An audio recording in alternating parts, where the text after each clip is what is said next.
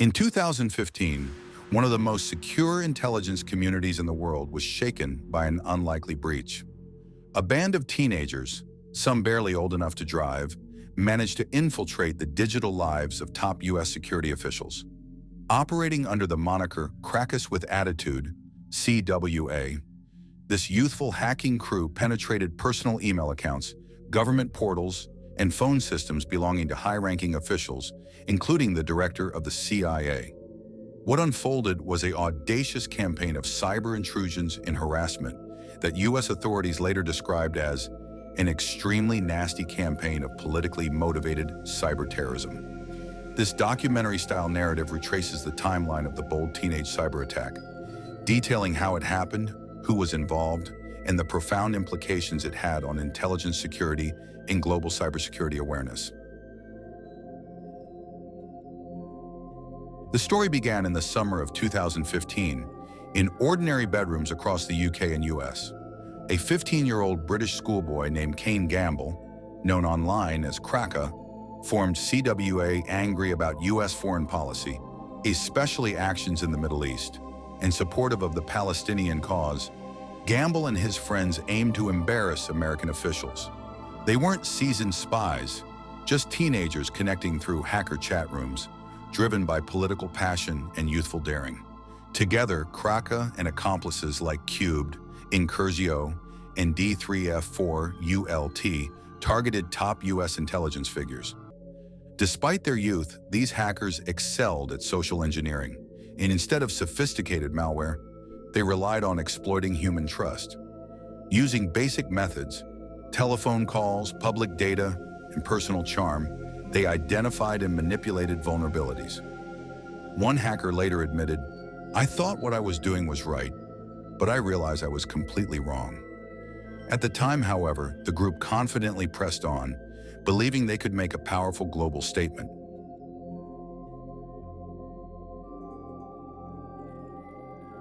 Their first major target was astonishingly ambitious: John Brennan, then CIA director. In October 2015, Brennan learned even the CIA's top official wasn't safe from teenage hackers.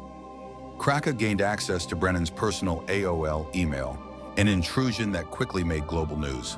The hackers used basic social engineering to deceive security. Posing as a Verizon technician, they called customer service, tricking an agent into revealing Brennan's private details: account number, PIN, backup phone number, and partial bank digits. With these, Kraka then impersonated Brennan himself in a call to AOL, claiming he was locked out of his email. Passing AOL's security checks effortlessly, the hackers reset Brennan's password. On October 12, 2015, they entered the sitting CIA director's inbox. Inside were sensitive files Brennan had mistakenly stored privately, including names and social security numbers of intelligence officials, Brennan's detailed 47-page security clearance form, and sensitive documents on CIA operations and strategies regarding Afghanistan, Iran, and Pakistan. While Brennan's AOL wasn't officially classified, the data leaked was precisely the type adversaries would desire. The teenage hackers quickly exploited their access to Brennan's emails, leaking sensitive files online to embarrass the CIA director. Using the Twitter handle @PPAX, they shared screenshots and promised more leaks. Soon after, WikiLeaks began publishing documents from Brennan's private email, including his detailed security clearance form, filled with sensitive personal information, as well as emails discussing national security issues from his earlier career. While the CIA stressed no classified material leaked, the incident highlighted vulnerabilities at the highest levels. In a surreal twist, the hackers even called Brennan directly, taunting him by demanding freedom for Palestine and an end to violence. One hacker later boasted about the ease of the breach, while former CIA and NSA Director Michael Hayden warned this was proof even top officials could be vulnerable, emphasizing human error as a critical security weakness.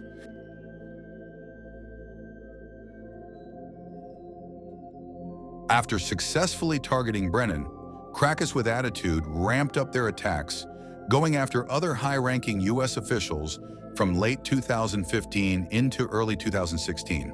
They relied on the same strategy, using social engineering to exploit personal internet or phone accounts. Soon their victim list grew. James Clapper, Director of National Intelligence G.I. Johnson, Secretary of Homeland Security Avril Haines, Deputy National Security Advisor Mark Giuliano, FBI Deputy Director Amy Hess, Executive Assistant Director, FBI John Holdren, White House Science and Tech Advisor Gregory Meeker, husband of White House Communications Director Jen Psaki Harold Rosenbaum, CEO of CIA contractor Centra Technology unnamed senior official at National Geospatial Intelligence Agency, NGA. In January 2016, Kraka targeted James Clapper, hacking his personal accounts and even redirecting his home phone to the Free Palestine movement, causing confusion and embarrassment. Clapper's personal and wife's email accounts were also compromised. The incident was confirmed by Clapper's office, and authorities were promptly informed. Around the same time, Homeland Security Secretary Jay Johnson also became a target of intense harassment. The hackers not only accessed his accounts, but went further by taunting and intimidating Johnson and his family. In one instance, Gamble, Kraka, displayed the chilling message, "I own you," directly onto Johnson's living room TV screen. The teens flooded Johnson's home with nuisance calls, leaving disturbing voicemails. One hacker mockingly asked Johnson's wife, "Hi, Spooky, am I scaring you?" and even texted Johnson a threatening photo of his daughter. FBI Deputy Director Mark Giuliano endured similar harassment. The hackers compromised Giuliano's personal accounts, seized temporary control of his family's devices, and bombarded them with harassing calls and messages. The relentless campaign of intimidation grew so severe that the Giuliano family required police protection. Court records later showed hacker Justin Liverman, D. 3F4 ULT, specifically led a month-long harassment effort, sending Giuliano disturbing messages targeting his family. The hackers openly embraced tactics meant to terrorize and humiliate their high-level targets. Even family members weren't safe from the hackers' reach. Besides Johnson's wife and Giuliano's family, Avril Haines' relatives were also targeted. The group even went beyond officials, publicly doxing, exposing private details of, around 80 Miami police officers, sharing their names, titles, phone numbers, and emails online. This action wasn't related to their political motives. Instead, it highlighted their excitement for causing chaos. One hacker admitted feeling both fear and thrill from bringing attention through chaos and mayhem. Clearly, their campaign had shifted from political activism to personal harassment, later classified by authorities as cyberstalking and harassment. Crackers with attitude didn't stop at personal attacks. They also penetrated U.S. government systems, escalating from harassment to potential cyber espionage. In late 2015, using credentials stolen from an FBI official, the group infiltrated the FBI's Restricted Law Enforcement Enterprise Portal, LEAP, gaining access to sensitive law enforcement data. In February 2016, CWA acquired contact information for around 9,000 DHS employees and 20,000 FBI staff. Again exploiting human error, a hacker called the Justice Department's IT help desk, pretending to be a new employee who forgot his login. Surprisingly, the help desk employee provided a temporary login code, bypassing standard two-factor authentication. Security experts later noted that the breach succeeded primarily due to support staff's eagerness to help, highlighting human error as a major security vulnerability. Using this access, the teenage hackers found a Justice Department directory filled with federal personnel data. They quickly leaked contact details, including names, titles, emails, and phone numbers, of about 29,000 DHS and FBI employees online. The group proudly advertised their breach, causing widespread embarrassment and prompting urgent FBI efforts to remove the leaked information.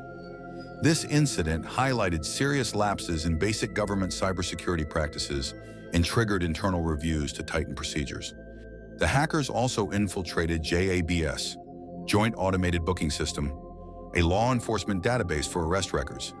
They used JABS to search for information on fellow hackers and monitor if law enforcement was closing in. This bold move demonstrated that CWA had escalated beyond simple pranks. accessing multiple sensitive but unclassified government systems. The impact of these breaches was serious.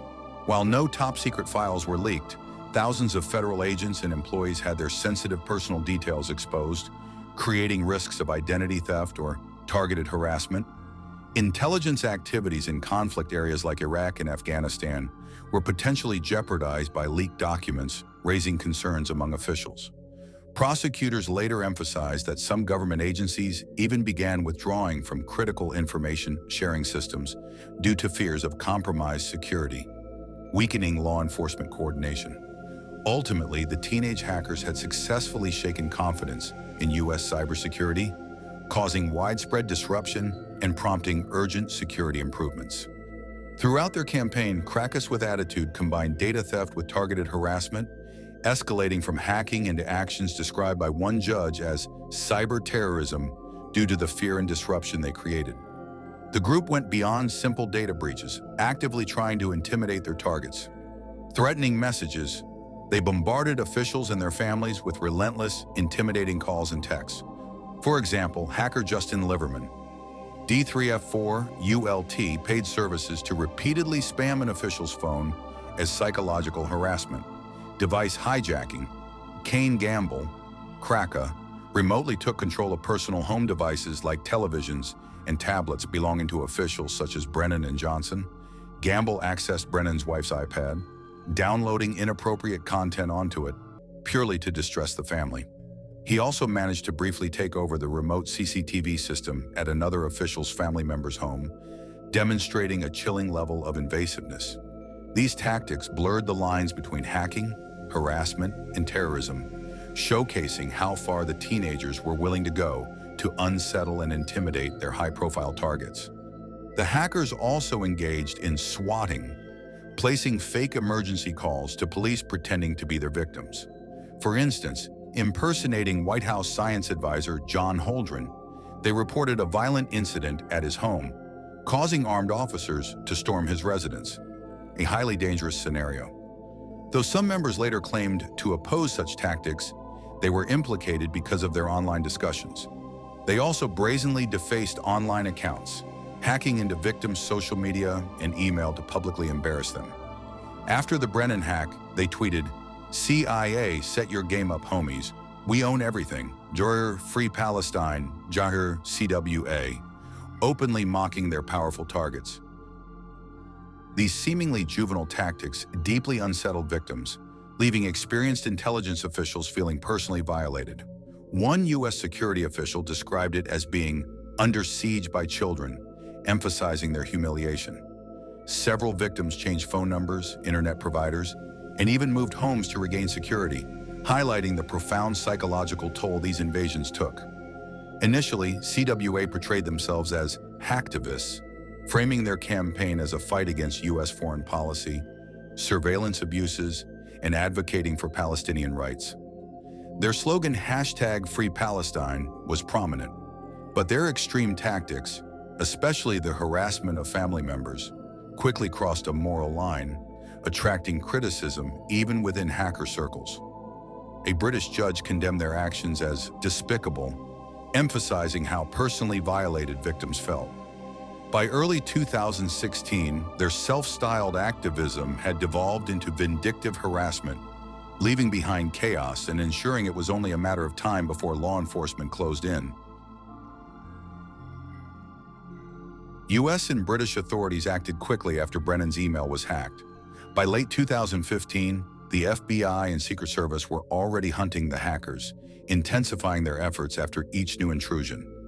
Although the hackers used aliases and proxies, their habit of boasting to journalists and leaving digital clues helped investigators. Behind the scenes, the FBI, Secret Service, and the UK's Metropolitan Police closely coordinated, piecing together evidence from IP addresses, phone records, and undercover operations to identify the young attackers. The first major breakthrough came in February 2016. British police raided a house in Leicestershire on February 9th, arresting 16-year-old Kane Gamble, identified as the ringleader, Kraka. Just a week later, on February 16th, another 15-year-old known as Cubed was arrested in Glasgow. Both operations involved close coordination between British police and the FBI, emphasizing the international effort. The teenagers were questioned, their computers confiscated, and although released on bail, it was clear the authorities had significantly disrupted the group. In September 2016, the FBI arrested two key American members, Andrew Otto Boggs, Incurgio, age 22, and Justin Gray Liverman, D3F4ULT, age 24, in North Carolina. Charged with conspiracy, both collaborated closely with their UK counterparts to breach accounts through social engineering. US authorities coordinated closely with British police, who had earlier arrested UK-based hackers, including Kane Gamble, Kraka, and Cubed. With these arrests, Crackus with Attitude quickly unraveled. Computers and chat logs seized provided critical evidence. Liverman even suspected the NSA had remotely accessed his device before arrest, highlighting the seriousness of the investigation. By late 2016, the young hackers who once embarrassed US intelligence were in custody. Their cyber campaign decisively ended. Following the dramatic arrests, legal proceedings moved swiftly. U.S. defendants Justin Liverman and Andrew Boggs faced federal charges, ultimately pleading guilty in early 2017. Court hearings revealed their roles. While Kane Gamble, Kraka, performed most direct hacks, Liverman and Boggs actively encouraged and exploited the breaches, notably harassing victims with leaked data. During sentencing in September 2017, Judge Gerald Bruce Lee sharply condemned their actions as intentional efforts to cause chaos, highlighting their harassment of victims' families as particularly despicable. This made clear that the court viewed their crimes not as mere pranks, but deliberate attempts to terrorize and disrupt. Justin Liverman received the harshest sentence, 5 years in federal prison, reflecting his central role in leading the malicious harassment. Andrew Boggs, who cooperated early, was sentenced to 2 years.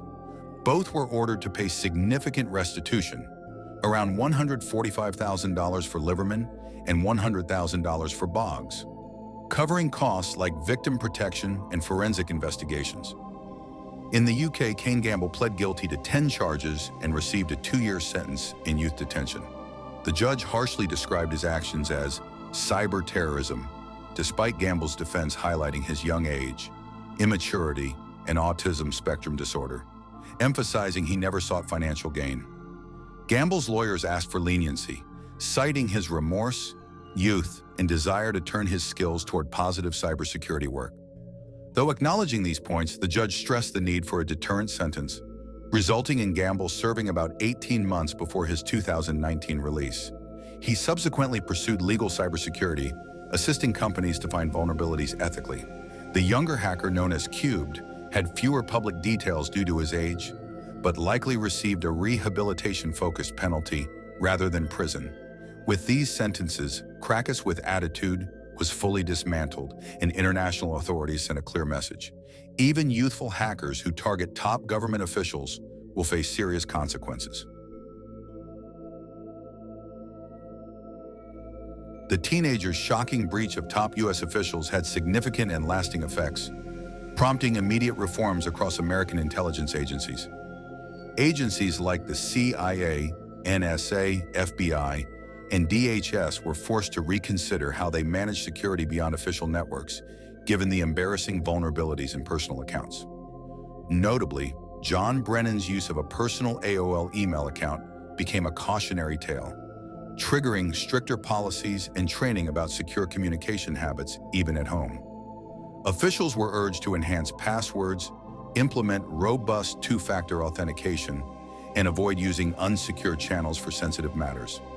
The incident starkly demonstrated that cybersecurity vigilance wasn't just necessary for classified systems, but equally essential in officials' personal digital lives. The hacks dramatically raised global awareness about the power of social engineering. Organizations worldwide realized that even a superpower's security could crumble against basic but clever human manipulation. Terms like vishing, voice phishing, entered common security vocabulary, and institutions across industries quickly enhanced phishing awareness and social engineering training.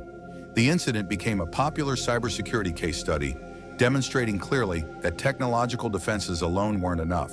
Human vigilance was equally crucial.